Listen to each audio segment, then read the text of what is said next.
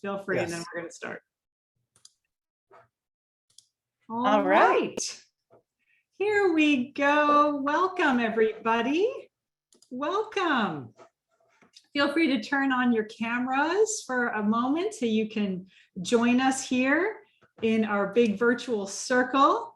And we are really excited about our special event today. So good to see so many of you here.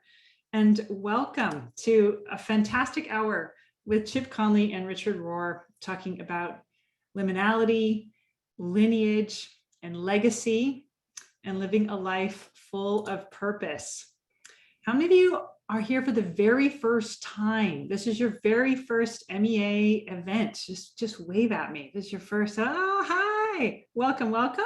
Fantastic to have you here. You're in for a treat. How many of you are alumni of the MEA online sabbatical workshops? Wave at me for our alumni.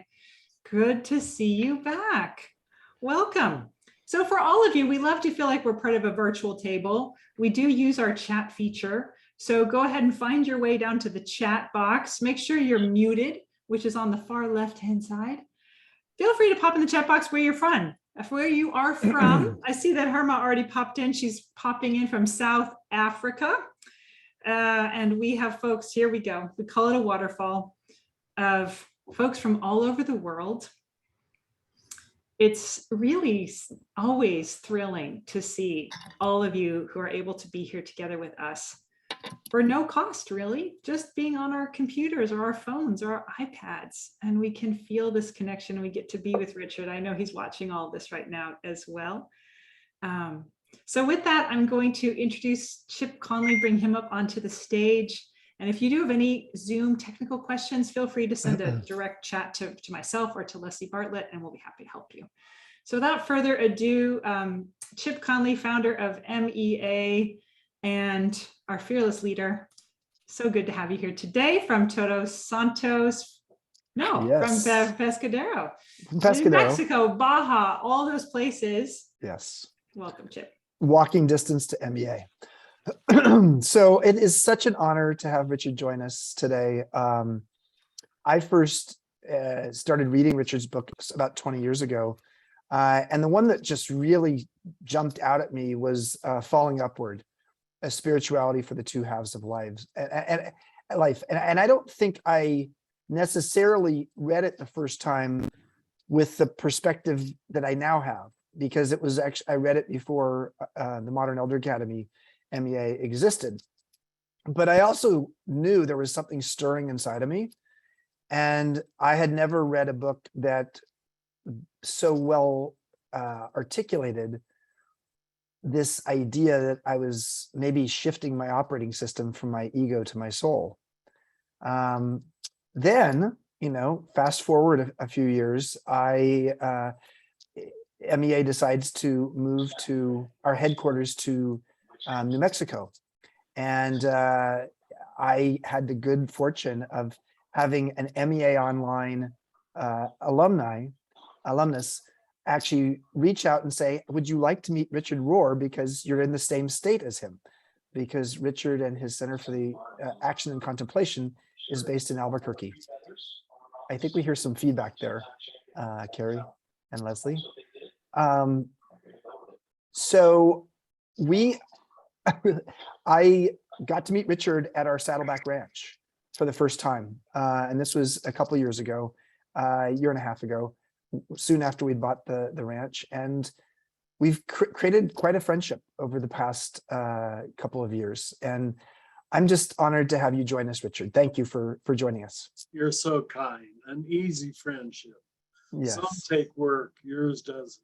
Oh, thank you. Thank you so much. So much of what you write about and speak about speaks to this idea of midlife and later. And the idea, in many ways, your work is sort of it carries the Carl Jung kind of framework 3 steps further. Let's start by just talking about Carl Jung for a second, even though this isn't even one of the questions I was going to ask, but I just am going to say it anyways. Carl Jung, the famous psychologist, did he have some influence on you in how you saw the stages of life and what's going on in midlife? Well, the very term two halves of life I got from Carl Jung. So I would consider him one of my 5 greatest teachers. He just opened so many concepts. And who are the other 4? Who are they? Oh, I was hoping you wouldn't ask me. Well, you can come up with 1 or 2. Well, Jesus, of course. Yes. Francis. I'm a Franciscan, for Mhm. those who don't know. After that, who would they be? You can contemplate that. You don't have to answer Okay, now. all right. So tell us, midlife is perceived as being sort of this, it has the only brand attached to midlife is that it's a crisis. But it seems like it's a liminal period. It's a period in life when people are going through something. I'm going to give a quote here because you actually really appreciate liminal spaces, the idea of being in between two things. Oh, yeah. Here's your quote. It says, liminal spaces are where we are betwixt and between the familiar and the completely unknown. There alone is our world, our old world left behind, while we are not yet sure of the new existence. That's a good space where genuine newness can begin. Get there often and stay as long as you can by whatever means possible. This is the sacred space where the old world is able to fall apart and a bigger world is revealed. If we don't encounter liminal space in our lives, we start idealizing normalcy. Ooh, tell us about that. What we call normalcy. What we call, yes. You know, to speak of Jesus, it's somewhat shocking to us, but when he calls his disciples, he asks them to leave 2 things. John and who's the other one? James.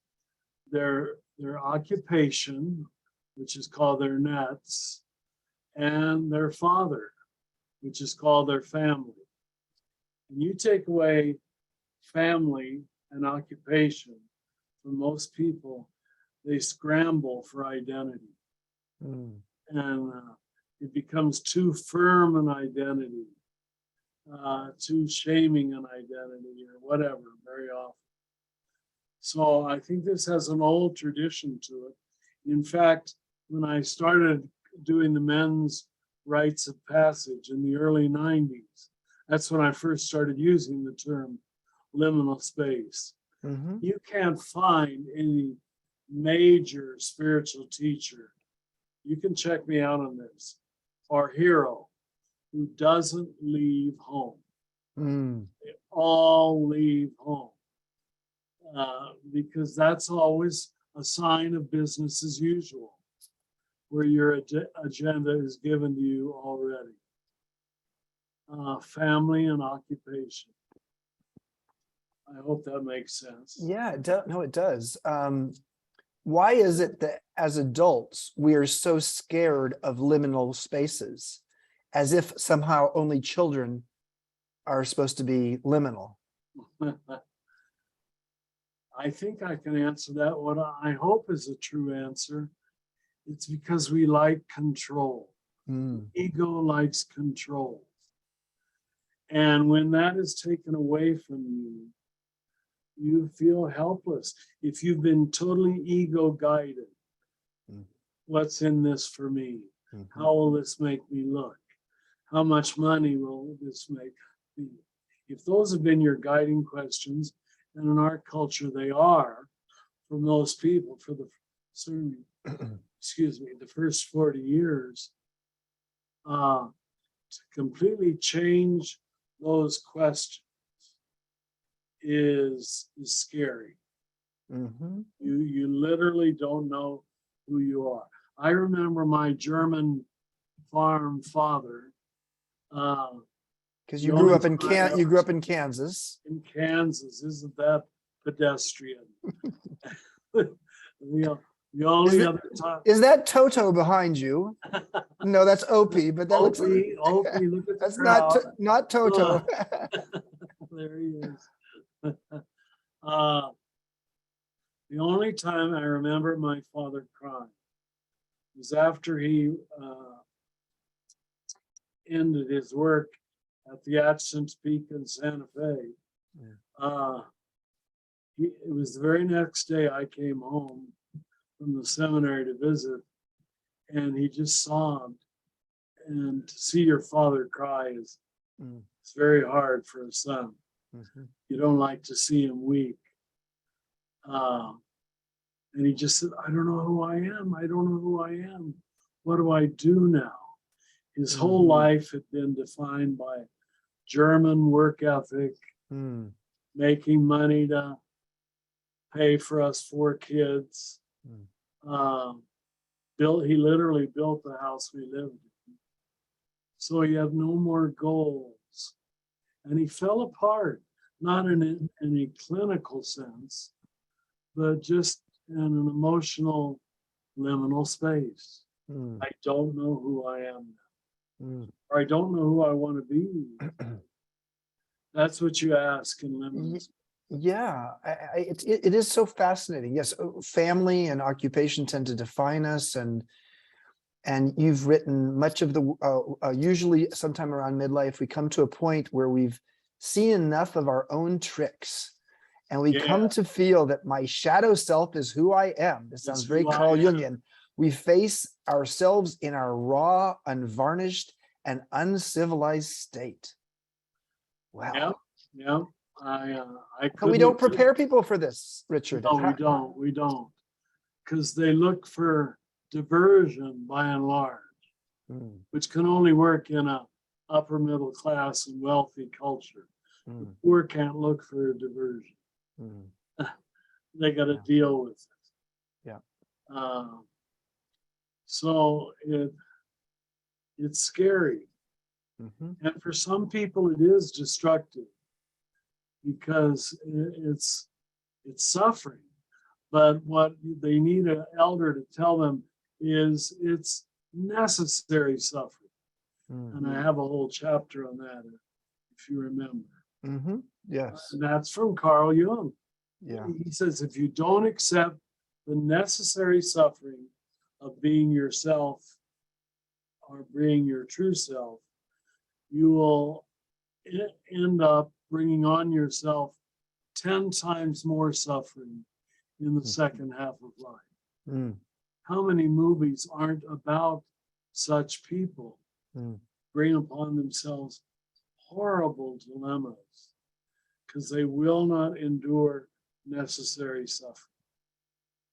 Isn't suffering and the passion is the passion of the Christ is, I think I think the etymology of the word passion might have suffering or surrender to it. Is that right? Forgive me, I had to learn Latin. Yes. Patior is to allow it to be done. To allow it. It's not what we first think the meaning is. It's not great suffering. It's the allowing of suffering is the passion of the Christ. So one more question on liminality before we talk a little bit about lineage. So someone's coming into midlife, they're having their crisis. There may be external circumstances that are causing it, or there may be an internal longing that is coming up for them. You know, you've spoken to many lay people over the course of all of your decades in the church, and obviously it varies depending upon what the person's saying, but if something's lingering inside of them, or there's something that a feeling like their primary operating system is changing, what kind of advice can you give to someone who's going through that kind of time? The first strong statement, I hope it's the right one, is don't try to stop this. Don't try to, the usual fight or flight responses. Mistrust both of those in a major way, or you'll miss the movement from ego to soul. Soul is when you suffer the slings and arrows of outrageous fortune. Shakespeare would have said it. And it is a suffering. Suffering, my definition of it, is whenever you're not in control. Whenever you're not in control, you're suffering. And so you don't have to think of lying on a bed of nails, but just, I'm not getting my own way. Think of it next time you're at a long red light. I'm suffering. You are, because you can't change it. Certainly, and it's the first noble truth of Buddhism. Excellent, very good. Yeah.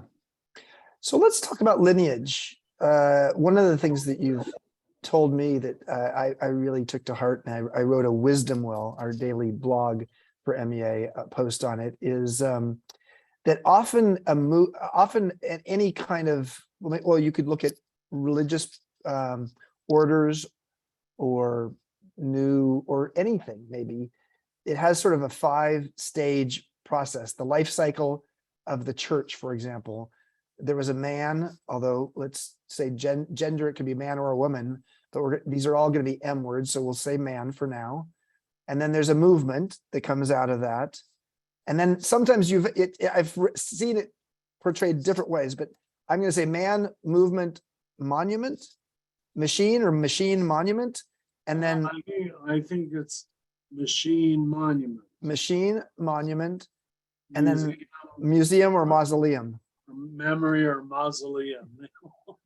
So tell us a little bit about that in terms of the life cycle of any institution, especially one that starts with some kind of charismatic or individual, sexist term man, but I wanted to get all those M's in there. Yes. So people would remember it. They say the stage where most change, transformation, newness is revealed is at the second stage of movement, when it catches fire among a group of dedicated people. And you see that in almost every movement in history. The Franciscans would be an example. I mean, the first century after Francis, we probably accomplished more than the 700 years after that. They were so on fire. And then soon it becomes organized, institutionalized, mechanized to maintain the success that you've enjoyed. And once you try to do that, it's all downhill. So you have to have very often second or third founders after the first founder of a movement to re-engage the fire. You see this in many major corporations. And sometimes they don't appear. And all they keep trying to do is replicate the first founder, who's now dead, so we can make him say whatever he wants to say, whether it's helpful or not. It's a good argument. It is a good argument. Sarah, thank you. Keep going, Richard. Let me actually ask a follow-up to that, and that is the Center for Action and Contemplation is your center in Albuquerque, and how do you ward off that kind of life cycle for CAC? And tell us a little bit about CAC in Albuquerque and what's its purpose. Well, we're 34 years old now. I first established it in 1987 to help people work for social change with a spiritual, enlightened purpose. I got tired, frankly, of meeting and working with angry liberals. What Ken Wilber calls mean greens. They're so convinced of the truth. Although let's be clear that you're somewhat of a progressive liberal yourself, but okay. That's it. And it's the birth of self-criticism, Yes. which is why so many people can't bear it.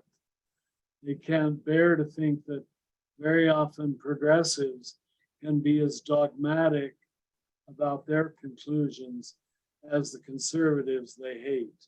Mm. It's a very humiliating insight. It's the times we are living in, for sure. It's Yeah. the times we're living in.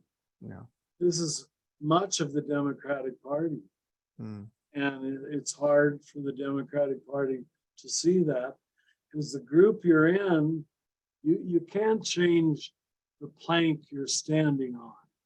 Mm. And if you're standing on all the planks, as we used to call the policies of a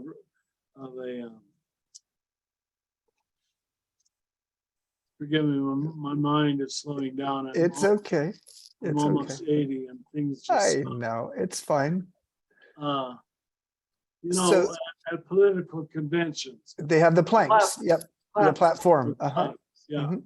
And when you've got to stand on those planks, I mean, I had to discover that in relationship to America itself, the Catholic Church itself, the Franciscans, my own natural family.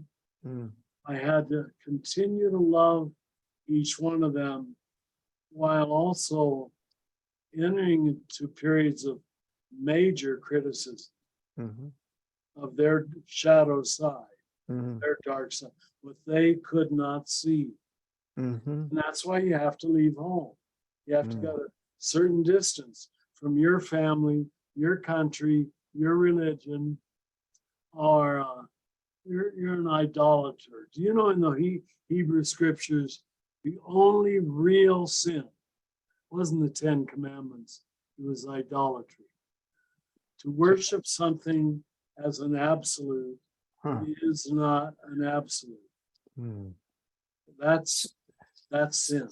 So what I hear you saying is curiosity and humility are essential ingredients to being a modern elder. That's very well put. I see why you're a founder. Yeah. We were lucky enough to have you come join us in Baja back in What December. month was that? It was December. It was, so it was, about 6 months ago. That's right. You came for Lynn Twist's Soul of Money workshop. You came as a student, at the time you were 78, now 79. We got to celebrate your 79th birthday at the Saddleback That's Ranch, which right. I felt very, All very coming lucky. back. So, what was your experience of being at MEA, and what do you think about the idea of a midlife wisdom school, and why that might be necessary in society today? I was so impressed by the vulnerability of the students. Mm. It's just not the American way to talk about your weaknesses, not in a maudlin way, not in a poor is me way, but just the honesty that comes with the second half of life. You've seen it, and you know it's true, and you can't hide from your own shadow any longer. And your greatest life faults normally, this is true in Shakespearean theater, in Greek theater, they are your teachers. Success has nothing to teach you after the age of 30. Nothing. It just feels good. You and I both have enjoyed it. It's wonderful. But it doesn't teach you anything. You just rev up that motor again and again. But when you're not in control, when you're not a success, you've got to ask for a new agenda if you're wise. Beautiful. So we have recently, MEA has recently bought a former property that was owned by the diocese, Yeah.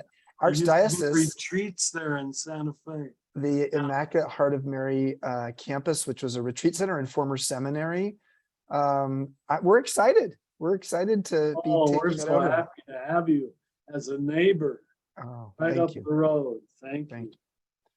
You're also on our upcoming purpose course. We have a online purpose course that starts this Saturday with a little cameo appearance talking about purpose.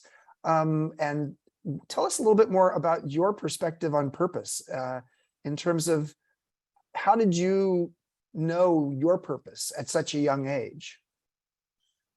Well, first, I was born in 1943. So I grew up before the postmodern collapse of the late 60s, where everything, without exception, was called into criticism. That's not an easy time to grow up. But when I grew up, we had all kinds of certitudes. Now, I'm the first to admit they were false certitudes that I later had to critique. But for your youthful mind, you know, I was proud to be an American. I was proud of being male. I was proud of being Catholic. Every group I belonged to was the best. It's a terrible illusion, you know. But for the age of 18, that works real well for the young male anyway. He's very earnest. He's very dedicated. He's willing to be self-sacrificing. You see it in the soldiers in Ukraine. I don't know how often you get to watch the news, but they're just so earnest. We're not going to lose. We're going to win. You know, and it's not said in an arrogant way to my ears, but in a caring way.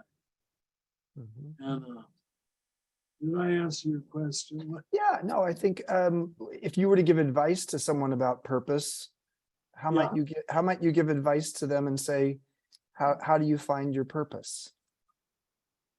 Here's what comes to mind as the secret. You have to have some, but not too much. It's tied in to self-image. If you have a good, solid ego structure, a good sense of self, like I knew I wanted to be a Franciscan as soon as I read a life of St. Francis at the age of 14. That gave me a solid sense of purpose. But then I realized it isn't everything. It isn't for everybody. It's good, but it's not the only good. It's just good for me. There has to come a humiliation, a humiliating confrontation with your own self-image. The Buddhists talk about this probably a lot better than the Christians do. This dealing with who you think you are, and who you think you are isn't who you are. Your thinking doesn't make it so, as you know. So enough purpose, but not so much that you become driven, arrogant, pushy. I've got the only purpose that matters. So go ahead. what I hear you saying, Richard, I'm sorry to interrupt, but is it's almost like in seeking your purpose or in living your purpose, what character qualities are actually coming to the forefront? And if you can see that the character qualities in seeking your purpose are the kind of character qualities that you would feel good about on your best day, then you know maybe that's the right path. That's your North Star. Well put. Well, I can say that easily. Humility and honesty. If you have humility and honesty, you will keep growing, even from your worst mistakes. If you lack those two, you'll become a parody. Yeah. Really. I mean, look at our Congress. Forgive me. for Yeah. being political. Are there any leaders? Mm. A handful, perhaps. Yeah. Yeah. Church You- bells are ringing. It's 1 o'clock, 2 o'clock. Okay. Sorry. In about, no, it's okay. In about 5 minutes or so, we will open it up for questions from the audience. But there's actually a quote I have from you that about humility, but also humiliation. You once said, "I have prayed for years for one good humiliation a day, and then I must watch my reaction to it. I have no other way of spotting both my denied shadow self and my idealized persona." Wow. Boy, that's well said. It is well said. It's from you. Let me say it again. I have prayed for years for one good humiliation a day, and then I must watch my reaction to it. I have no other way of spotting both my denied shadow self and my idealized persona. Wow, I that's believe that. yeah. You When can't- did you write that? Do you remember which book that was in? Oh, that would have been early on. Yeah, I think so. Because I was enjoying, forgive me, so much notoriety and fame and seeing my name on 35 books. And that does things to the male ego. Mm, And if you don't watch it, mhm, where this is going, Mm. you get in trouble. You take your ideas as the last word. mhm.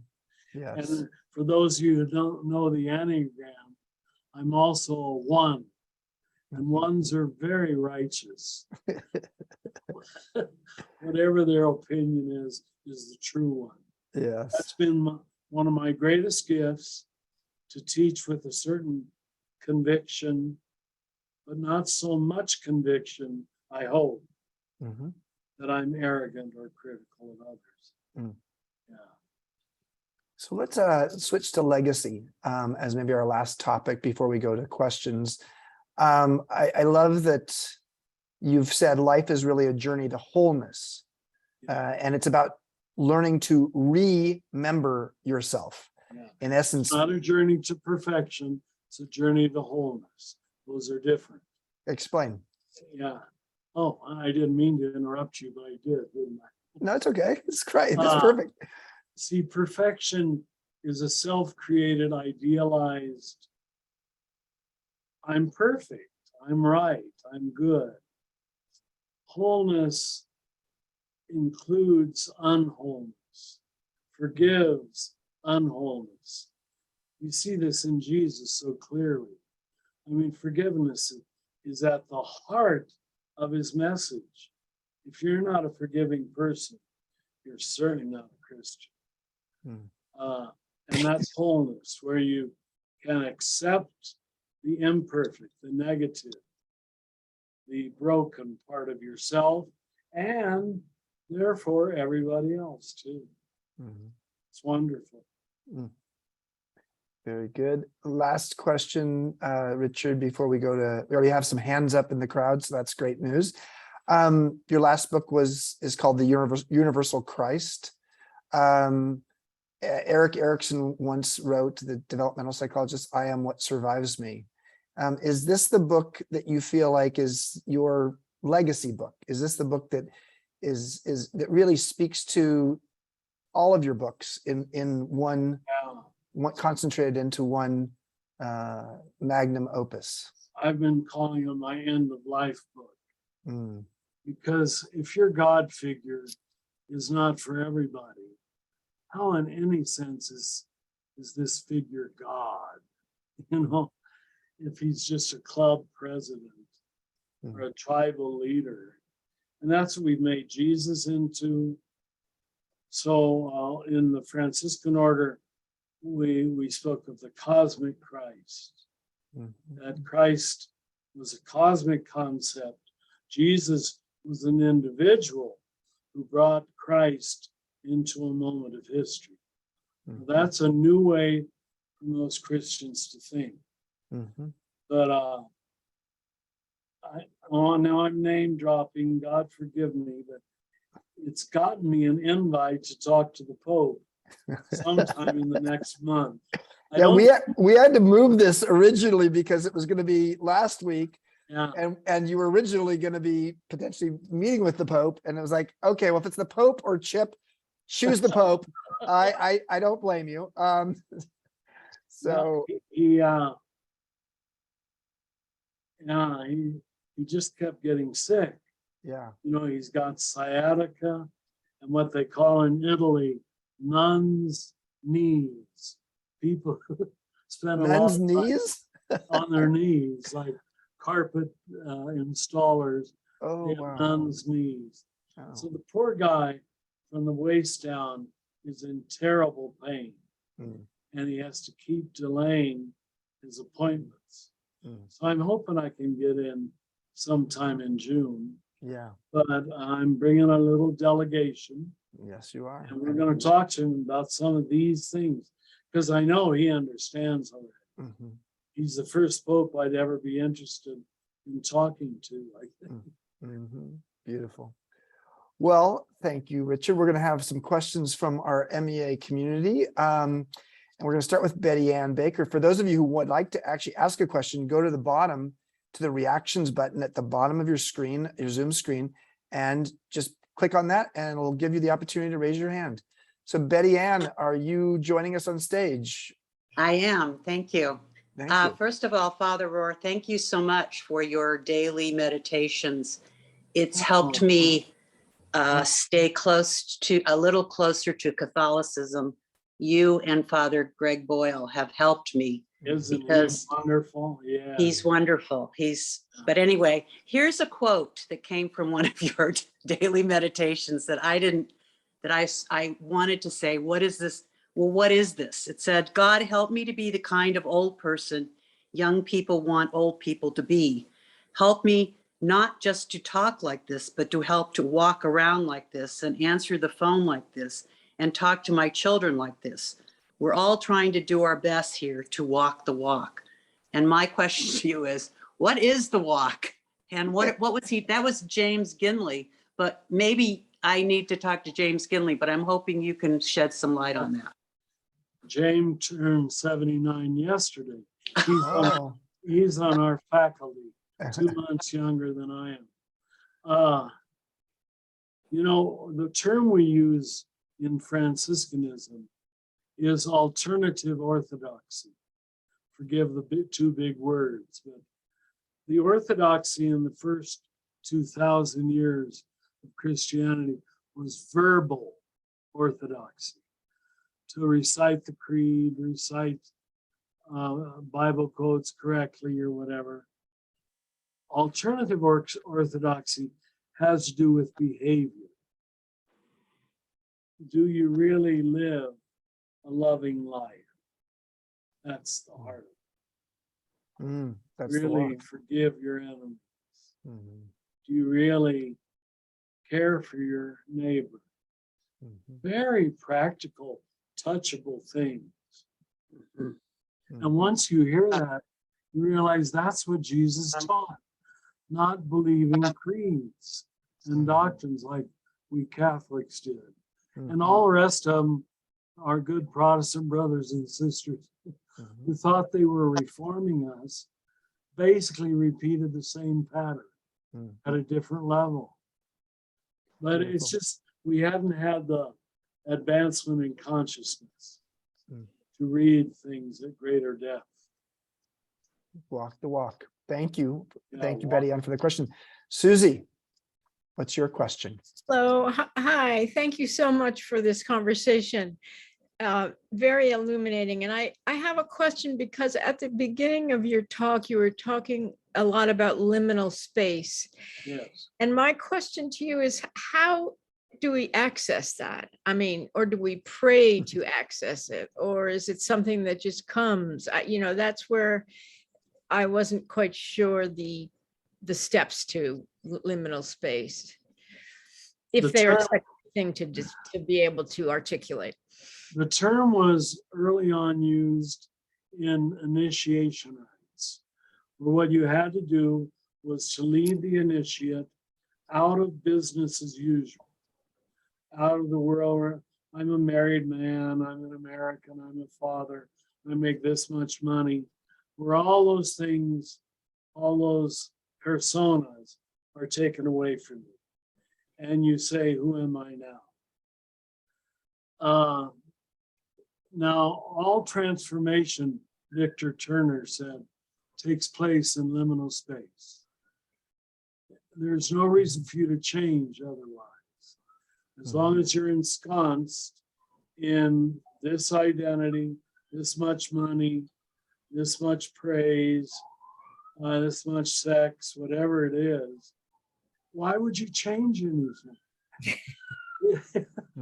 It has to be taken away from you. And then, so you usually have to have help in creating it.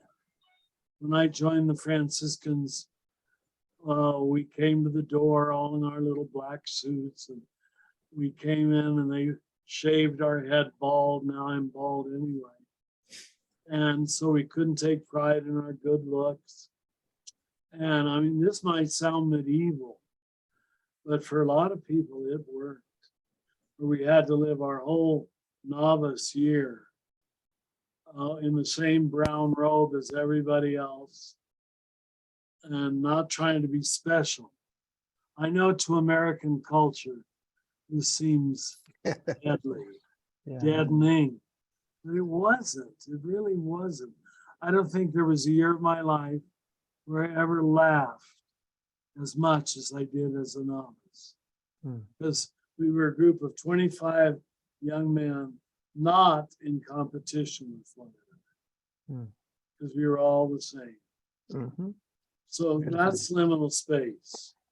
I think it's one of those things that, Susie, that Richard's exactly right. The history of people going through transitions often had a rite of passage attached to it. So if you're going through puberty, you go through a rite of passage in many indigenous cultures.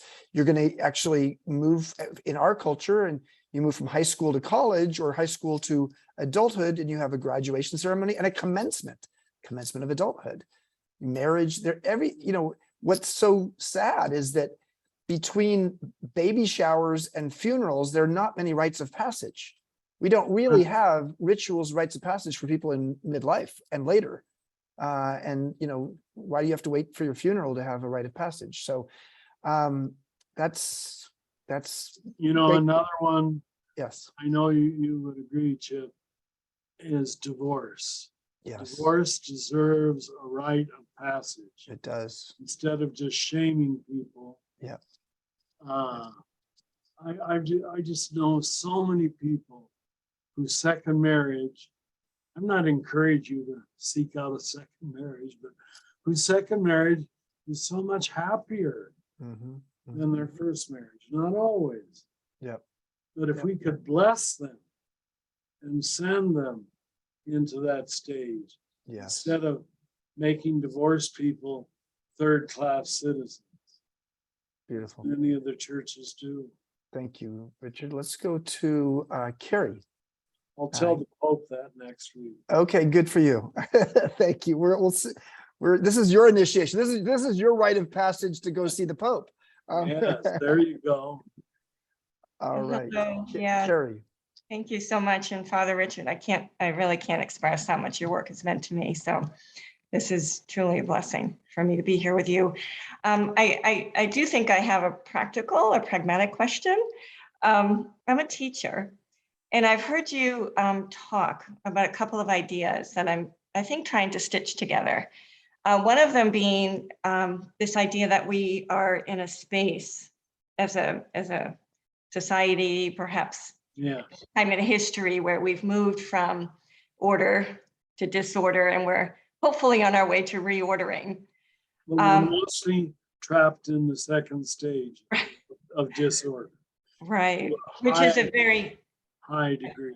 Yeah, go ahead. And I've heard you talk about how difficult it is for children to grow up at a time like this.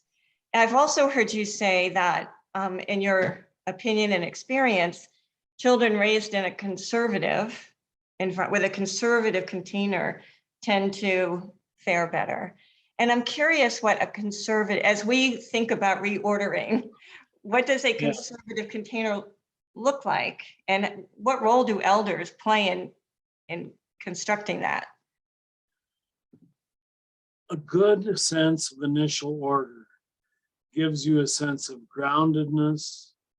There's something to believe in. There's something that's true. There's something that's right. Now, see, it's such a thin line. A lot of parents cross it into overly moralistic training, overly dogmatic, moralistic. That isn't what I mean. It's the golden mean when you can find, how do you give your kids a sense of there are things in this world that are worth maintaining. Everything isn't up for change all the time. Now, those born after the late 60s grew up in disorder, and they have a much harder time growing up than my generation did. Because for me, I had such a groundedness, Kansas, Catholic, German, farmer. I mean, talk about grounding. But that when disorder showed itself in the 1960s, I had no trouble with it. I had hair down to here, believe it or not. I was a hippie. To critique things was not a negative experience. It was a blessed experience. To say, yes, that's true, but not always.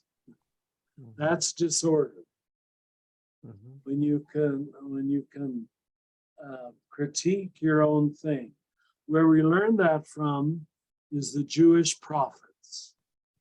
This is central to the Judeo-Christian tradition. The Jewish prophets were all bona fide synagogue-going Jews, no exception. And yet no one railed against Judaism like the prophets did. They modeled for us self-critical thinking. That's disorder. Got it. And I would hope my life is trying to model that. I'm still Catholic, but I'm very critical of much in Catholicism. But I hope not in an angry or negative or cynical way. I'm still American. But so much about America, because I've preached in 46 countries, so much about America is just maddening. But you have to get out of it to see it. So that's reorder. Yeah. Reorder is when you can hold order and disorder together to create a whole third something. Beautiful.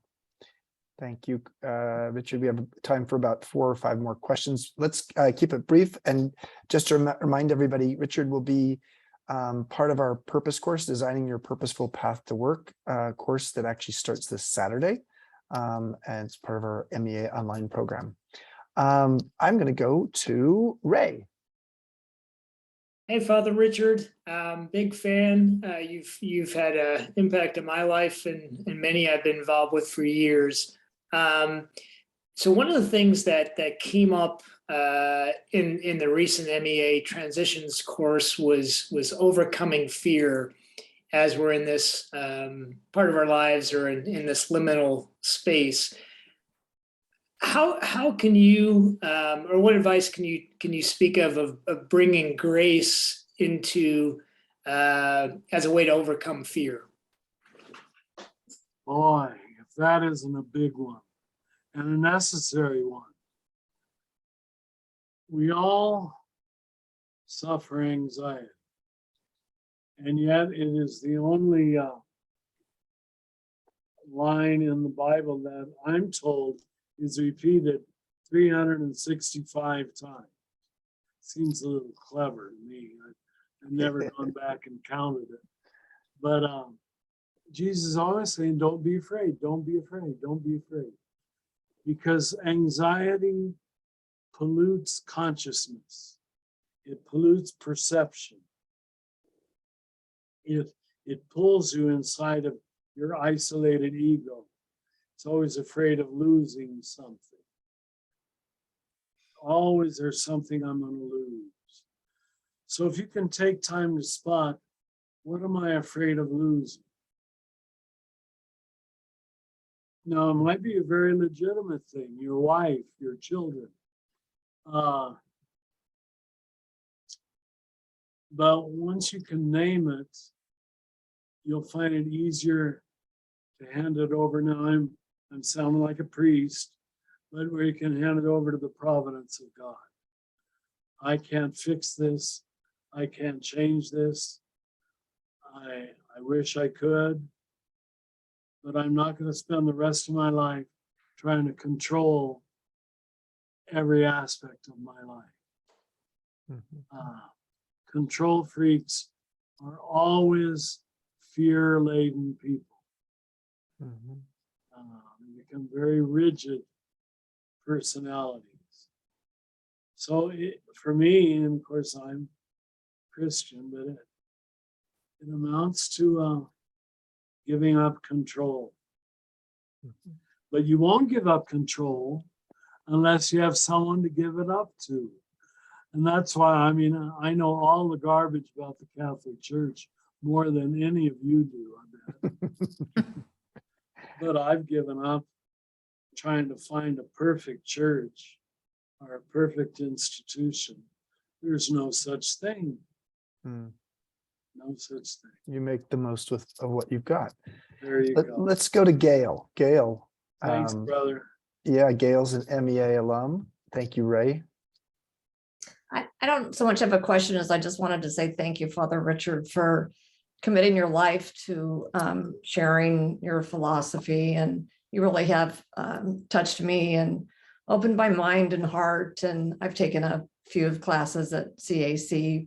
Oh, Most recently, St. Francis Beyond the Bird Bath, which beyond the bird bath. Yeah. it was a wonderful course. So thank you for that. You took it online, did you? Yeah. Yeah. Yeah. Great to see you, Gail. Thank you. Thanks for joining Thank us. you for your Yeah. time. And to all those that are new here today, if you can get to the Baja campus or the upcoming one in Santa Fe, I really do encourage that. Yeah, wonderful. Thank you, Gail. Thank you so much. Let's go to Deborah Dawson. Thank you. I'm new here and I am unfamiliar with Father Rohr, but I will now read your books. I am not Catholic, but I'm struggling with a real question of guilt, I think. I've spent 40 some years in public service in various aspects. I'm currently the vice chair of my county's legislature, which I really don't enjoy, especially not right now. No. And I really would like, I've tried to retire twice before and I keep getting sucked back in. I'm looking forward to my third and hopefully successful retirement, but I'm tired and I don't really want to do anything and I don't want necessarily to have to struggle to contribute. And is that all right? I mean, I feel kind of guilty about it. It's an unnecessary guilt. Can I ask what age frame you're in? I'm 70. 70, yeah. Well, see, you're ready to get off the treadmill. You really are. And you need someone to give you permission and not feel guilty about it. That guilt mostly comes from family agendas or early life agendas. But no, God doesn't love you more and you're not a greater person if you work harder. I think, Deborah, maybe it's given the wisdom you have developed over all these years, and especially around the legislature and around the political and governmental world, wouldn't it be interesting if you moved from being the can-do-it person that you have been, right? You've been a can-do-it person. You go and get it done, to being the conduit, It is now time for you to share that's your good. wisdom. Share your wisdom with people who are younger, who have the drive and the ambition that you had and you've had, that you can actually offer them some of your wisdom. You can be a mentor. So thank you. Thanks for being here, Deborah. Beautiful. Yeah. Thank you. Michael Martin, you are going to be our last questionnaire, and it's so good to have you here. Oh, well, this is wonderful. Father Richard, thank you so much. I'm from neighboring Texas, so it's good to know your energy isn't far away. You've referenced several times your youth and the period of life and the turmoil and the change and all that was going on then. Do you have any comments about where we are now and any comparisons or contrast? Because it seems so divisive, and I'm trying to be so focused on we and us together in my life, but it's really a challenge sometimes, as we know. So I'm curious to know your thoughts because of the, establishment hippie stuff that you lived through, et cetera, and your thoughts about now. Thank you. Please don't hear this in a totally cynical way, but American culture is a declining culture. It's created very, very narcissistic people. I think all life is all about my possessions, my growth, my cruises. And not only is it narcissistic, but it's individualistic. It doesn't understand community or working together. And you take those two, narcissism and individualism, and you're just set up for intense ego competition with one another.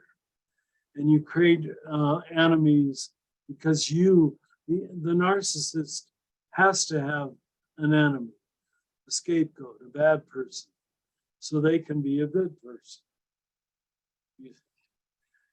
And it's lethal. It's really lethal when you see people creating enemies, needing them. When most of their enemies, they don't even know, they're just Republicans or Democrats. Well, forgive me, here in New Mexico, your state is our shadow. We project He's in Texas. Yes. we project our shadow on Texas. Yes. You can make Texas jokes here in New Mexico, and it's perfectly acceptable. They're usually not cruel, but they're unnecessary, Yeah. Thank you for asking. Thank you, Michael. Michael has a good heart, and he's he's a good-hearted Texan. Richard, we love you.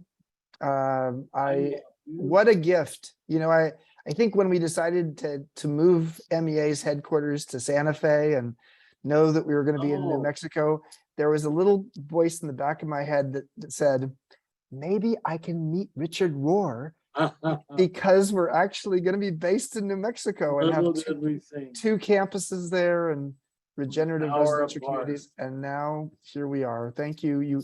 What an honor to have you come and be a student at MEA here in Baja, to actually be one of our guest faculty on the upcoming Purpose course that starts this Saturday. There's actually everybody who's on this call gets a discount if they want it. They just put Richard in the coupon code, and Richard sends them the money. No, actually, that's not what happens. But you just get a discount. So, Richard, thank you. I mean, I just I appreciate how you show up with your humanity. This was an honor. Thank you. Yeah. God bless you all. Carrie, I'll pass it back to you. Meet you on the other side. Yeah. Oh, thank you, everyone. We will be sending a recording out a little bit later today. Have a wonderful day, and thanks again for joining us.